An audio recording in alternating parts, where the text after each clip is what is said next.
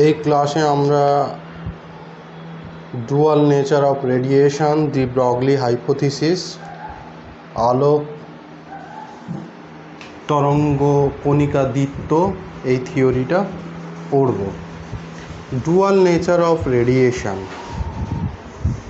বিশেষ করে কতগুলো ফেনোমেনো আছে, যেমন ইন্টারফেয়ারেন্স বা ব্যতিচার, ডিফ্রাকশন বা অপবর্তন, পোলারাইজেশন বা সমবর্তন। এই তিনটে ঘটনা ব্যাখ্যা করতে গেলে লাইটের ওয়েভ নেচার ছাড়া ব্যাখ্যা করা সম্ভব নয়। অর্থাৎ কি না, লাইট তো এক ধরনের রেডিয়েশন। তো তিন ধরনের যে এখানে ফেনোমেনা আমি বলেছি, যে ইন্টারফেয়ারেন্স, ডিফ্রাকশন, পোলারাইজেশন, এই তিনটে ঘটনা লাইটের ওয়েভ নেচার বা আলোকে তরঙ্গ হিসাবে না ধরে এই তিনটে ঘটনার ব্যাখ্যা কোনো মতেই সম্ভব হয় না। আবার পরে ফটোইলেকট্রিক ইফেক্ট এবং কম্পটন ইফেক্ট, এই দুটো ঘটনা আবার লাইটের কোয়ান্টাম থিওরি ছাড়া ব্যাখ্যা করা সম্ভব নয়। কোয়ান্টাম থিওরি ছাড়া ব্যাখ্যা করা যায় না। তো কোয়ান্টাম থিওরিতে লাইটকে ধরা হচ্ছে ফোটন কণার স্রোত। ফোটন কণার স্রোত, তো ফোটন একটা পার্টিকেল।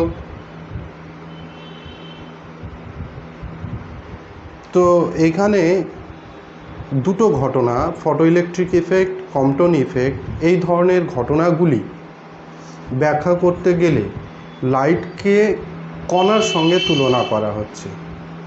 আবার ইন্টারফেয়ারেন্স, ডিফ্রাকশন, পোলারাইজেশন, এই তিনটি ঘটনা ব্যাখ্যা করতে গেলে লাইটকে তরঙ্গ হিসাবে ধরে ব্যাখ্যা করা সম্ভব হয়। তো এখানে আমরা দেখতে পাচ্ছি লাইটের দুটো নেচার, একটা হচ্ছে তরঙ্গ ধর্ম আর একটা হচ্ছে কণার ধর্ম। এই দুই ধরনের নেচারকেই বলা হচ্ছে ডুয়াল নেচার অফ রেডিয়েশন। তো পরবর্তী ক্ষেত্রে ডুয়াল নেচার অফ ম্যাটার, যেটা 1924-এ Louis Victor de Broglie, French scientist, প্রথম এই হাইপোথিসিসটা দেয়, ডুয়াল নেচার অফ ম্যাটার। অর্থাৎ একটি কণা যখন গতিশীল অবস্থায় থাকে তখন তার একটা ওয়েভের মতো বা তরঙ্গের মতো কিছু ধর্ম বা প্রপার্টি দেখা যায়। কি বলছে ওর হাইপোথিসিসে? ম্যাটেরিয়াল পার্টিকলস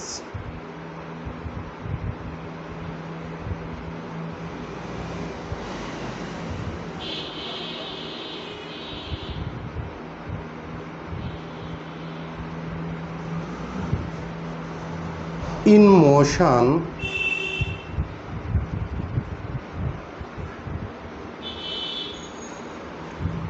should display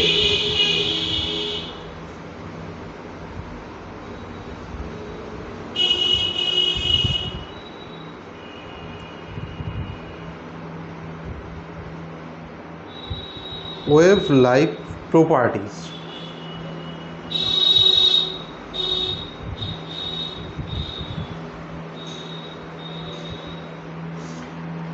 এটা হচ্ছে দি ব্রগলির হাইপোথিসিস। Material particle in motion should display wave like properties. এই কথার মধ্যে কি বোঝা যাচ্ছে? যদি কোনো কণা গতিশীল অবস্থায় থাকে তাহলে সেই কণাটা কিছু প্রপার্টি আছে, তরঙ্গের যে ধর্ম রয়েছে, তরঙ্গের যে কিছু ধর্ম রয়েছে, সেরকম তরঙ্গের মতো কিছু ধর্ম এই কণার লক্ষ্য করা যায়। এটাই হচ্ছে দি ব্রগলি হাইপোথিসিস। অর্থাৎ আমরা দেখলাম যে তরঙ্গের কণার মতন আচরণ করতে পারে, আবার কণা তরঙ্গের ন্যায় আচরণ করতে পারে। একেই বলা হচ্ছে ডুয়াল নেচার অফ ম্যাটার। তো material particle in motion should display wave-like property. তো একটা কণা যখন মুভমেন্ট করে ইন মোশনে থাকে তখন বলছে সেই কণার সঙ্গে জড়িত যে তরঙ্গটা কল্পনা করা হয় সেই তরঙ্গটাকে বলা হয় পদার্থ তরঙ্গ। সেই তরঙ্গটাকেই বলা হয় পদার্থ তরঙ্গ। গতিশীল কণার সঙ্গে জড়িত যে তরঙ্গ সেই তরঙ্গটাকে বলা হচ্ছে পদার্থ তরঙ্গ বা ম্যাটার ওয়েভ বলা হয়। সেটাকে ম্যাটার ওয়েভ বলা হয় এবং সেই ম্যাটার ওয়েভের যে তরঙ্গ দৈর্ঘ্য সেটাকে বলা হয় ডি ব্রগলি ওয়েভলেন্থ। সেটাকে বলা হয় ডি ব্রগলি ওয়েভলেন্থ।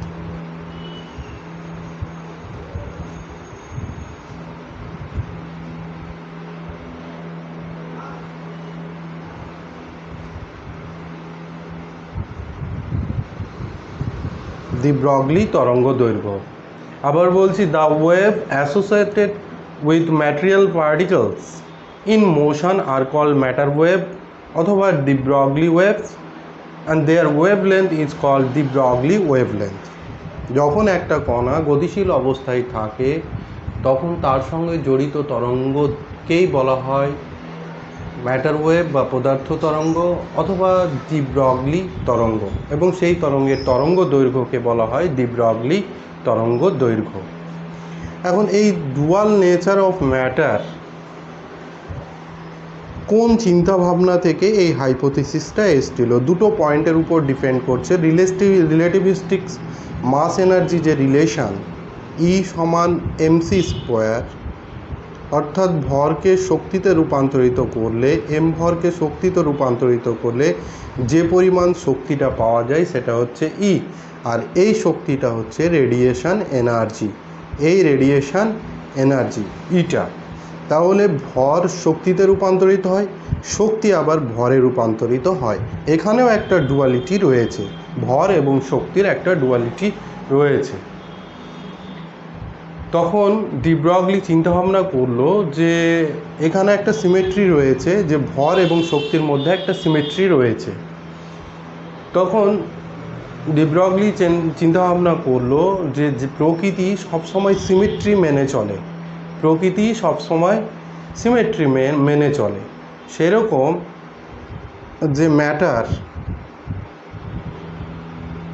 এখানে দেখলাম যে লাইট ওয়েভ অর্থাৎ একটা রেডিয়েশান কোয়ান্টাম থিওরি প্রয়োগ করে চিন্তাভাবনা করা গেল যে সেটা একটা ফোটন কণার স্রোত, মানে কণা হিসাবে ধরা হলো। তো তার সিমেট্রি হিসাবে বলা যেতে পারে যে যদি তরঙ্গের কণার মতন ধর্ম থাকে তাহলে কোনো কণার তরঙ্গের মতো ধর্ম থাকবে।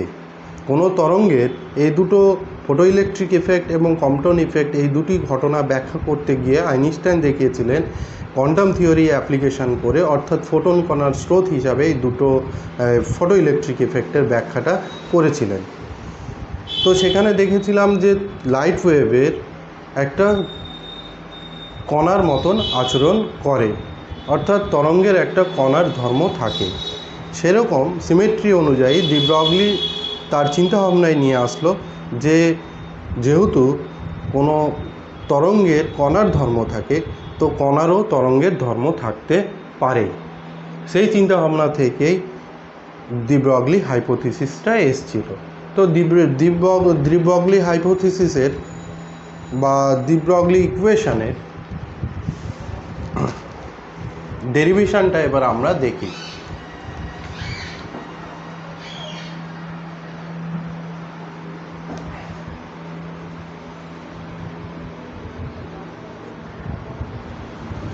De Broglie wave equation.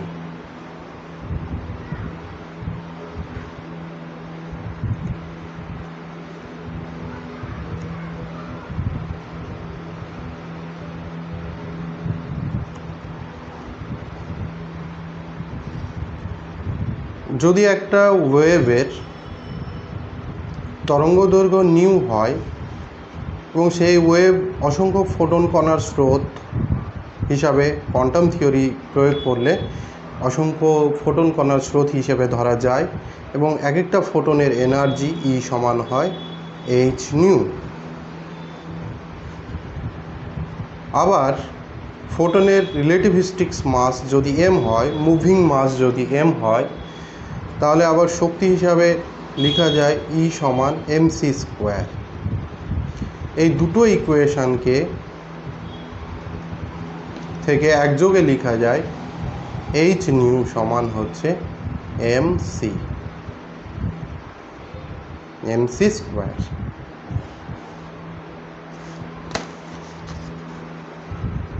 Light ওয়েভের ক্ষেত্রে যদি আমরা চিন্তা ভাবনা করি, লাইট ওয়েভের কম্পাঙ্ক ধরেছি নিউ। এখন আমরা যদি একটি লাইট ওয়েভের কথা চিন্তা করি, light wave electromagnetic wave, photon কণার স্রোত,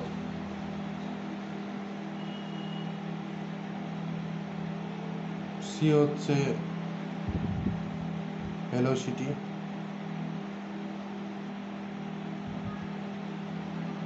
নিউ হচ্ছে ফ্রিকোয়েন্সি কম্পাঙ্ক,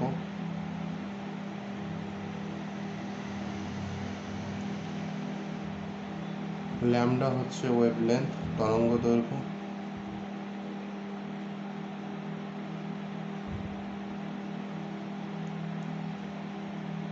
এম হচ্ছে moving mass of the photon.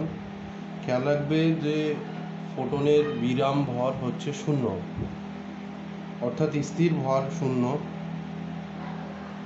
M হচ্ছে moving mass of the photon.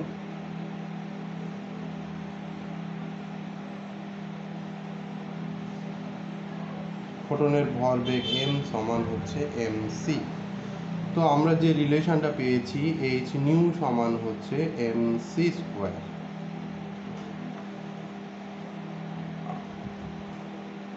New সমান আমরা লিখতে পারি নিউ সমান হচ্ছে সি বাই ল্যামডা।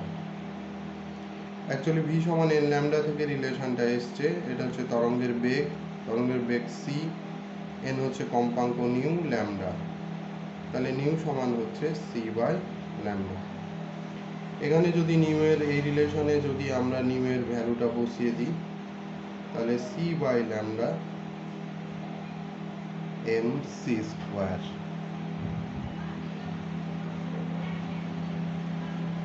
তাহলে যে রিলেশনটা পেলাম আমরা, ল্যামডা সমান হচ্ছে এইচ বাই এমসি, এমসি আবার হচ্ছে ফোটনের ভরবেগ। ল্যামডা সমান হচ্ছে এইচ বাই পি,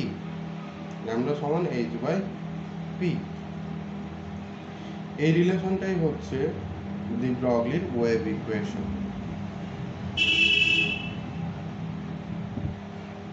এই রিলেশনটার দিকে যদি আমরা ঠিকঠাক লক্ষ্য করি, তাহলে কিন্তু যদি আমরা ডুয়াল নেচার অফ ম্যাটারটা বোঝার চেষ্টা করি, তাহলে এই রিলেশনের মধ্যেই সেই ব্যাপারটা রয়েছে। যদি আমরা দেখি যে বাঁ দিকটা রয়েছে ল্যামডা বা তরঙ্গ দৈর্ঘ্য সাধারণত কার হয়? একটি তরঙ্গের হয়। আর ডান দিকে রয়েছে ভরবেগ, এইচ হচ্ছে প্ল্যাঙ্ক কনস্ট্যান্ট। ভরবেগ সাধারণত কার হয়? কোনো গতিশীল কণার ভরবেগ হয়। তাহলে এই রিলেশনটাই আমাকে যে কণা এবং তরঙ্গের মধ্যে একটা রিলেশন তৈরি করে দিয়েছে। এই রিলেশনটাই থেকে পাওয়া যাচ্ছে কণা এবং তরঙ্গের মধ্যে একটা সম্পর্ক, যার ডান দিকে রয়েছে কণার ধর্ম আর বাঁ দিকে রয়েছে তরঙ্গের ধর্ম। তাহলে এই ব্যাপারটাই হচ্ছে ডুয়াল নেচার অফ ম্যাটার, যেটা দি ব্রগলি হাইপোথিসিসে বলেছিলেন। উনি বলেছিলেন যে কোনো একটি কণা যদি গতিশীল অবস্থায় থাকে, তাহলে সেই কণার সঙ্গে জড়িত যে তরঙ্গ, অ্যাকচুয়ালি আমরা পরবর্তীতে দেখব সেটা শুধুই তরঙ্গ নয়, একটা তরঙ্গের প্যাকেট, অনেকগুলো তরঙ্গ একসঙ্গে থাকে, সেটা ওয়েভ প্যাকেট বলা হয়। তো জড়িত যে তরঙ্গ বা ম্যাটার ওয়েভ বা ডি ব্রগলি হাইপোথিসিস অনুযায়ী আমরা বলতে পারি যে কোনো একটা গতিশীল কণার সঙ্গে বা গতিশীল কণার কিছু ওয়েভ লাইক প্রপার্টি থাকতে পারে।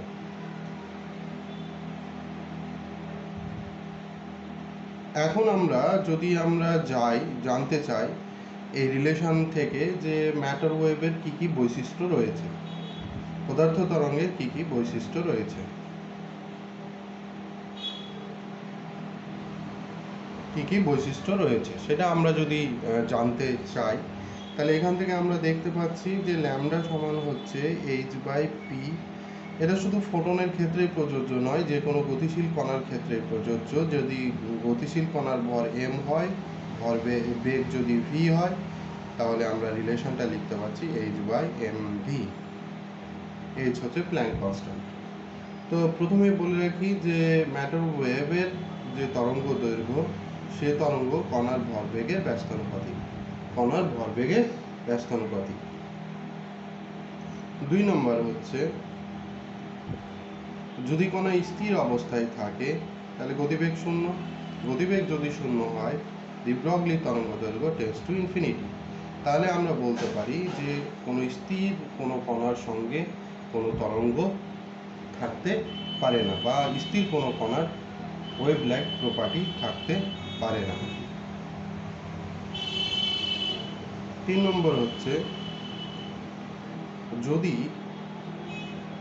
Lambda proportional to 1/m, lambda proportional to 1/m, H constant আর ভি কনস্ট্যান্ট বলে হয়ে গেলে নির্দিষ্ট বেগের কোনো কণার জন্য ল্যামডা প্রপোর্শনাল টু 1/m। এখান থেকে আমরা দেখতে পাচ্ছি যে ভরটা, ডি ব্রগলি তরঙ্গ দৈর্ঘ্যটা ভরের ব্যস্তানুপাতিক। তাহলে পদার্থ কণাটি কোন পদার্থের বা তার কেমিক্যাল বন্ড কীরকম রয়েছে তার উপর ডিপেন্ড করে না,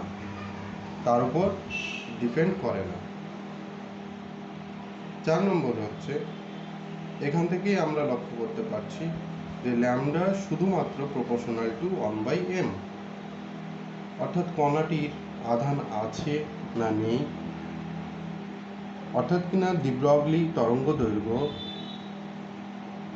কণার আধানের উপর নির্ভরশীল নয়। যেহেতু আধানের উপর নির্ভরশীল নয়, তাই ম্যাটার ওয়েভ কিন্তু আমরা ইলেকট্রোম্যাগনেটিক ওয়েভ বলা চলবে না, অর্থাৎ পদার্থ তরঙ্গ কিন্তু ইলেকট্রোম্যাগনেটিক ওয়েভ নয়। কারণ ইলেকট্রোম্যাগনেটিক ওয়েভের জেনারেট হয় যদি কোনো আধানযুক্ত কণা ত্বরিত অবস্থায় থাকে, তখন সেটাকেই বলে ইলেকট্রোম্যাগনেটিক ওয়েভ। অর্থাৎ কোনো আধানযুক্ত কণা যখন ত্বরণ অবস্থায় থাকে, তখন সে যে রেডিয়েশন হয় সেই কণা থেকে, সেই রেডিয়েশনের ফলস্বরূপ আমরা বলতে পারি সেটা হচ্ছে ইলেকট্রোম্যাগনেটিক রেডিয়েশন। অর্থাৎ ইলেকট্রোম্যাগনেটিক রেডিয়েশন জেনারেট হয় একটি আধানযুক্ত কণা গতিশীল অবস্থায় বা ত্বরিত অবস্থায় থাকলে ইলেকট্রোম্যাগনেটিক ওয়েভ জেনারেট হয়। কিন্তু ম্যাটার ওয়েভ আধানের উপর নির্ভরশীল নয়, তাই ম্যাটার ওয়েভ ইলেকট্রোম্যাগনেটিক ওয়েভও নয়। ম্যাটার ওয়েভের ভেলোসিটি, ম্যাটার ওয়েভ অর্থাৎ একটা কণা যখন ইন মোশনে থাকে, তখন কণার সঙ্গে জড়িত যে তরঙ্গ, সেটাকেই তো ম্যাটার ওয়েভ বলে। তো সেই ম্যাটার ওয়েভের ভেলোসিটি, অ্যাকচুয়ালি ওয়েভের ভেলোসিটি 2 রকম হয়, একটা হচ্ছে ওয়েভ ভেলোসিটি, একটা গ্রুপ ভেলোসিটি। গ্রুপ ভেলোসিটি বলতে অ্যাজ এ প্যাকেট বা একটা প্যাকেটের ভেতরে অনেকগুলো ওয়েভ রয়েছে বা অনেকগুলো ওয়েভের সম্মিলিত রূপ, বা আমরা লব্ধি তরঙ্গ বলতে পারি। সেই লব্ধি তরঙ্গ যে গতিবেগে কোনো মাধ্যমের মধ্য দিয়ে অগ্রসর হয়, তাহলে সেটাকে আমরা বলে থাকি গ্রুপ ভেলোসিটি। ওয়েভ ভেলোসিটি আর গ্রুপ ভেলোসিটি সম্পূর্ণ আলাদা জিনিস। তো গ্রুপ ভেলোসিটি, ম্যাটার ওয়েভের গ্রুপ ভেলোসিটিটা হচ্ছে কণার গতিবেগের সমান হয়। অর্থাৎ একটি কণা যদি গতিশীল অবস্থায় থাকে তার সঙ্গে জড়িত যে পদার্থ তরঙ্গ, সেই পদার্থ তরঙ্গের গ্রুপ ভেলোসিটিটা হবে কণার গতিবেগের সমান, কণার গতিবেগের সমান। এবার আমরা একটু আলোচনা করব যে আমরা ডেইলি লাইফে যে বড় বড় কণা গতিশীল অবস্থায় থাকে, যেমন একটা ফুটবল বা ক্রিকেট বল যদি ইন মোশনে থাকে তাহলে তার দি ব্রগলি ওয়েভলেন্থ কীরকম হবে, শো করবে কি করবে না, আমরা যদি সেটা একটু ডিসকাস করি। আমরা দেখছি যে যদি আমরা দুই ধরনের কণা এখানে বিচার করছি, একটা হচ্ছে ম্যাক্রোস্কোপিক, ম্যাক্রোস্কোপিক মানে একটু বড় কণা,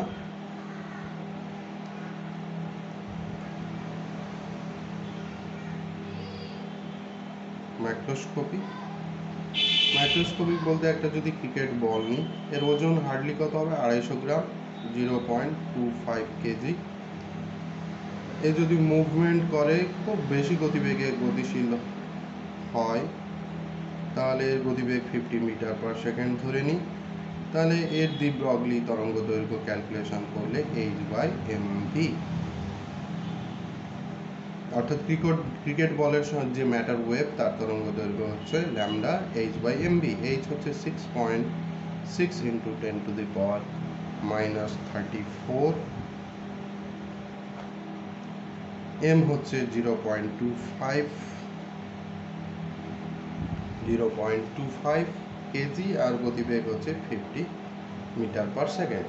তাহলে এই রিলেশনের দিকে তাকিয়ে আমরা বলতে পারি, যেহেতু উপরে রয়েছে 10⁻34 এত মিটার, 10⁻34 মিটার, তাহলে এটা প্রায় শূন্যের কাছাকাছি হবে, প্রায় শূন্যের কাছাকাছি হবে, যেটা মেজারেবল কোয়ান্টিটি নয়।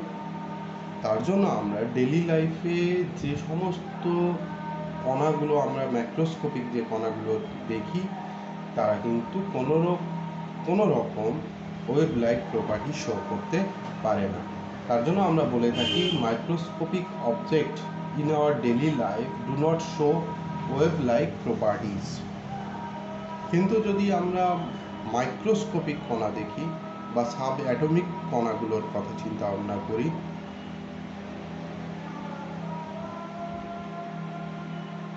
সাব অ্যাটমিক কণা যেমন ইলেকট্রন,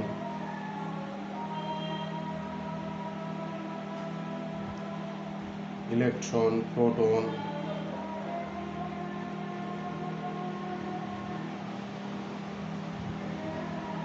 নিউট্রন, কোনো নিউক্লিয়াস, এই কণাগুলোর কথা যদি আমরা বিচার করি, এই কণাগুলির ভর প্রায় 10⁻27 এই অর্ডারের হয়, ভর খুবই কম হয় এবং গতিবেগ লাইটের ভেলোসিটির কাছাকাছি হয়, কম্পারেবল টু লাইটের ভেলোসিটি 0.6c। তাহলে এটা প্রায় অর্ডারটা ধরলে 10⁻7 অর্ডার হয়, আর দি ব্রগলি ওয়েভলেন্থ তাহলে হবে h/mv। h হচ্ছে 10⁻34 অর্ডারের, আর নিচে পেলাম 27 অর্ডারের হচ্ছে ভরটা, আর গতিবেগটা হচ্ছে 10⁻7 অর্ডারের, এত মিটার। এইটা কিন্তু মেজারেবল কোয়ান্টিটি, এটা কিন্তু মেজারেবল কোয়ান্টিটি। তার জন্য আমরা বলতে পারি যে কোনো আমাদের যে ডেইলি লাইফে যে ম্যাক্রোস্কোপিক বড় কণাগুলোর গতিশীল অবস্থায় রয়েছে তাদের দি ব্রগলি ওয়েভলেন্থ কত হবে, বা তাদের সঙ্গে জড়িত যে ম্যাটার ওয়েভ তার তরঙ্গ দৈর্ঘ্য কত হবে, সেটা এত ক্ষুদ্র ভ্যালু হবে যে সেটা মেজারেবল কোয়ান্টিটি নয়, সেটা মেজার করা সম্ভব নয়। তার জন্য আমরা ডেইলি লাইফে যে কণাগুলির গতিশীল বড় বড় কণাগুলির গতিশীল অবস্থায় লক্ষ্য করি, সেগুলো কিন্তু কোনো ওয়েভ লাইক প্রপার্টি শো করে না। কিন্তু সাবঅ্যাটমিক কণার ক্ষেত্রে ইলেকট্রন, প্রোটন, নিউট্রন এরা যখন গতিশীল অবস্থায় থাকে, কিন্তু তার যে তরঙ্গ দৈর্ঘ্য তার গতিশীল অবস্থায় থাকার জন্য তার সঙ্গে জড়িত যে ম্যাটার ওয়েভ সেই ম্যাটার ওয়েভের যে তরঙ্গ দৈর্ঘ্য সেটা কিন্তু মেজারেবল। তার জন্য আমরা বলতে পারি যে ইলেকট্রন, প্রোটন, নিউট্রন এইরকম সাবঅ্যাটমিক কণাগুলি গতিশীল অবস্থায় থাকার জন্য তারা ওয়েভ লাইক প্রপার্টি শো করতে পারে। অর্থাৎ ওয়েভ লাইক প্রপার্টি বলতে আমি প্রথমে আলোচনা করেছিলাম, এই ক্লাসের প্রথমে আলোচনা করেছিলাম ওয়েভ লাইক প্রপার্টি মানে ইন্টারফারেন্স, ডিফ্রাকশন, পোলারাইজেশন। তো আমরা নিশ্চয় ইলেকট্রনের ইন্টারফারেন্স ঘটাতে পারবো, ডিফ্রাকশন ঘটাতে পারবো, কারণ এই দুটো ঘটনা এই হচ্ছে ওয়েভ লাইক প্রপার্টি।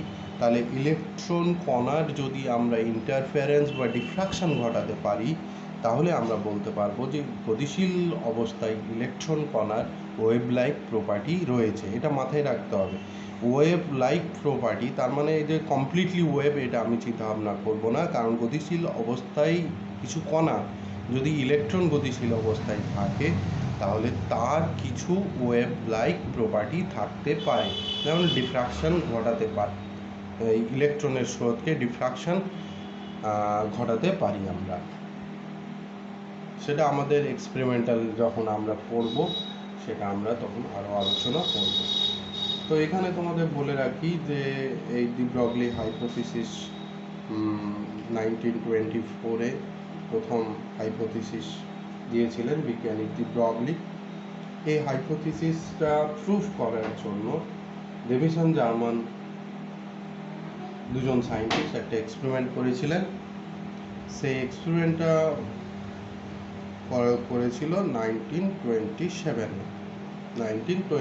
এখানে খেয়াল রাখবে যে এখানে একটা উচ্চ গতিসম্পন্ন ইলেকট্রনের স্রোতকে ডিফ্রাকশন করে দেখিয়েছিলেন দুজন সায়েন্টিস্ট। ডেভিসন জার্মানের যে এক্সপেরিমেন্ট রয়েছে সেই এক্সপেরিমেন্ট সেটআপে উচ্চ গতিসম্পন্ন ইলেকট্রনকে ডিফ্রাকশন করে দেখিয়েছিলেন। ডিফ্রাকশন করার মানে উচ্চ গতিসম্পন্ন ইলেকট্রনের একটি ওয়েভ লাইক প্রপার্টি আছে।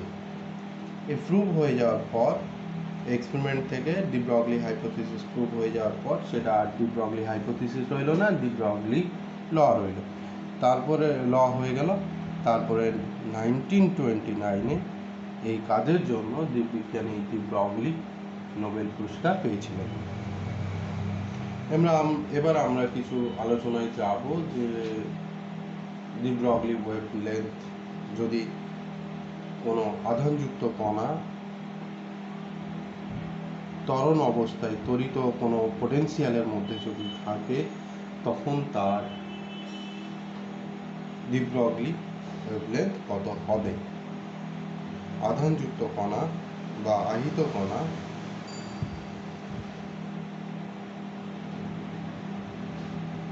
কোনো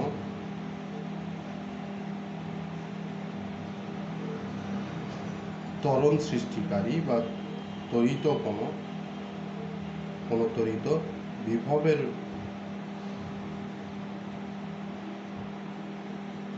মধ্যে থাকলে তার ডি ব্রগলি ওয়েভলেন্থ কত হবে। মনে করছি দুটো পয়েন্ট যার মধ্যে বিভব প্রভেদ হচ্ছে ক্যাপিটাল ভি। এখানে কিউ আধান যার ভর হচ্ছে এম।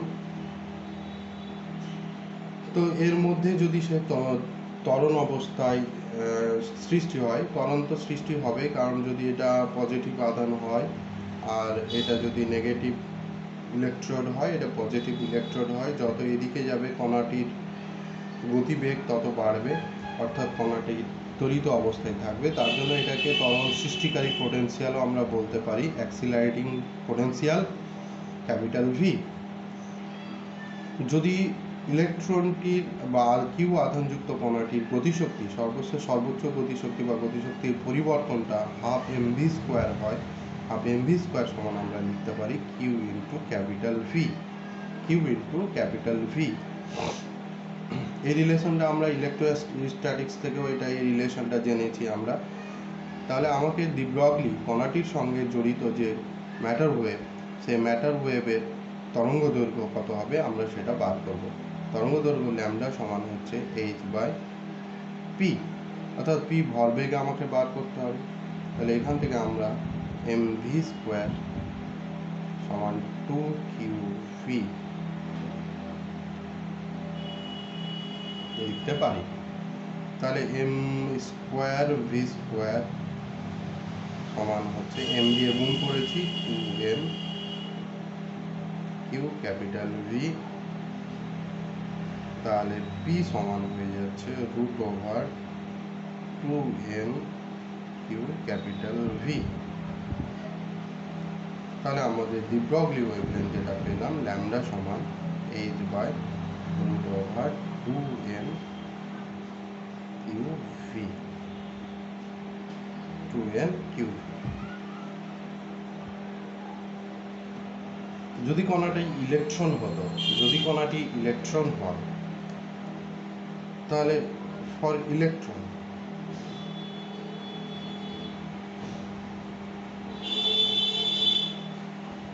accelerating potential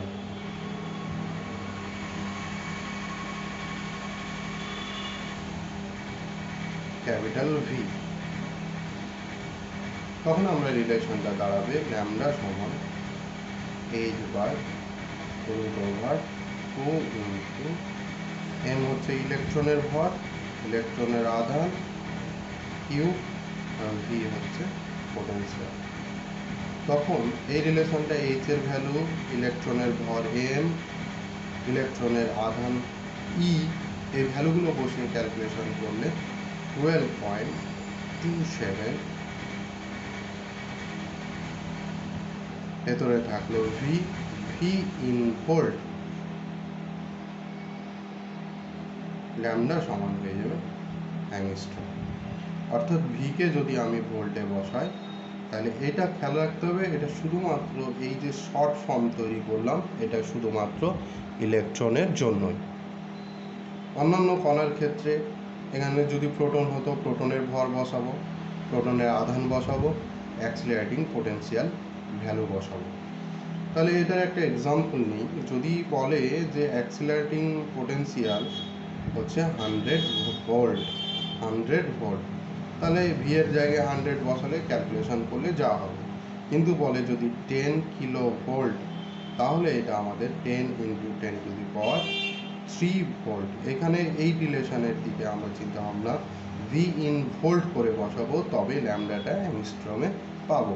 অনেক সময় অ্যাক্সিলারেটিং এনার্জি বলে, অ্যাক্সিলারেটিং পোটেনশিয়াল না বলে অ্যাক্সিলারেটিং এনার্জি বলে। ইলেকট্রনের ক্ষেত্রে এটাকে বলছি, এনার্জি যদি বলে তাহলে সেই ক্ষেত্রে আমরা অ্যাক্সিলারেটিং এনার্জি যদি 10 কিলো ভোল্ট বলে, তাহলে সেই ক্ষেত্রে আমাকে কিলো ইলেকট্রন ভোল্ট, এনার্জি দেওয়া থাকলে কিলো ইলেকট্রন ভোল্ট এই ফর্মে দেওয়া যদি থাকে, তাহলে সেখান থেকে আমাকে ভোল্টেজটা বার করে বসাতে হবে।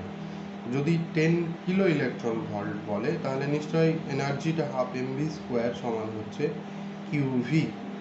তাহলে ইলেকট্রনের ক্ষেত্রে 12mv² সমান হচ্ছে কিউভির জায়গায় ই ইন্টু ভি। তাহলে আমরা এখানে বসাতে হবে ভিটা যদি বার করতে চাই আমরা, তাহলে এই শক্তিটাই দেওয়া আছে 10 kilo volt, 10 kilo electron volt, 10 kilo electron volt. তাহলে 10 × 10⁻³ ইলেকট্রন ভোল্ট, আর এদিকে রয়েছে ইলেকট্রনের চার্জ, আর এটা হচ্ছে ভি, ভি হচ্ছে পোটেনশিয়ালটা। তাহলে এখান থেকে ইলেকট্রনের চার্জ, যেহেতু এর সঙ্গে জুল করতে গেলে আমাকে বসাতে হবে 1.6 × 10⁻⁻19 দিয়ে গুণ করতে হবে। এদিকেও ইলেকট্রনের আধানের ভ্যালু হচ্ছে 1.6 × 10⁻⁻19, এটা কেটে গেলে আমরা এখানে ভি সমান সেটা পেয়ে যাব 10 × 10⁻³ ভোল্ট, 3 ভোল্ট। তাহলে এখানে খেয়াল রাখতে হবে যে এনার্জি যদি 10 কিলো ইলেকট্রন ভোল্ট বলে, 10 কিলো ইলেকট্রন ভোল্ট বলে, তাহলে অ্যাক্সিলারেটিং পোটেনশিয়ালটা এখানে দেখালাম যে অ্যাক্সিলারেটিং পোটেনশিয়ালটা হবে 10 কিলো ভোল্ট, অর্থাৎ 10 × 10⁻³ ইলেকট্রন ভোল্ট।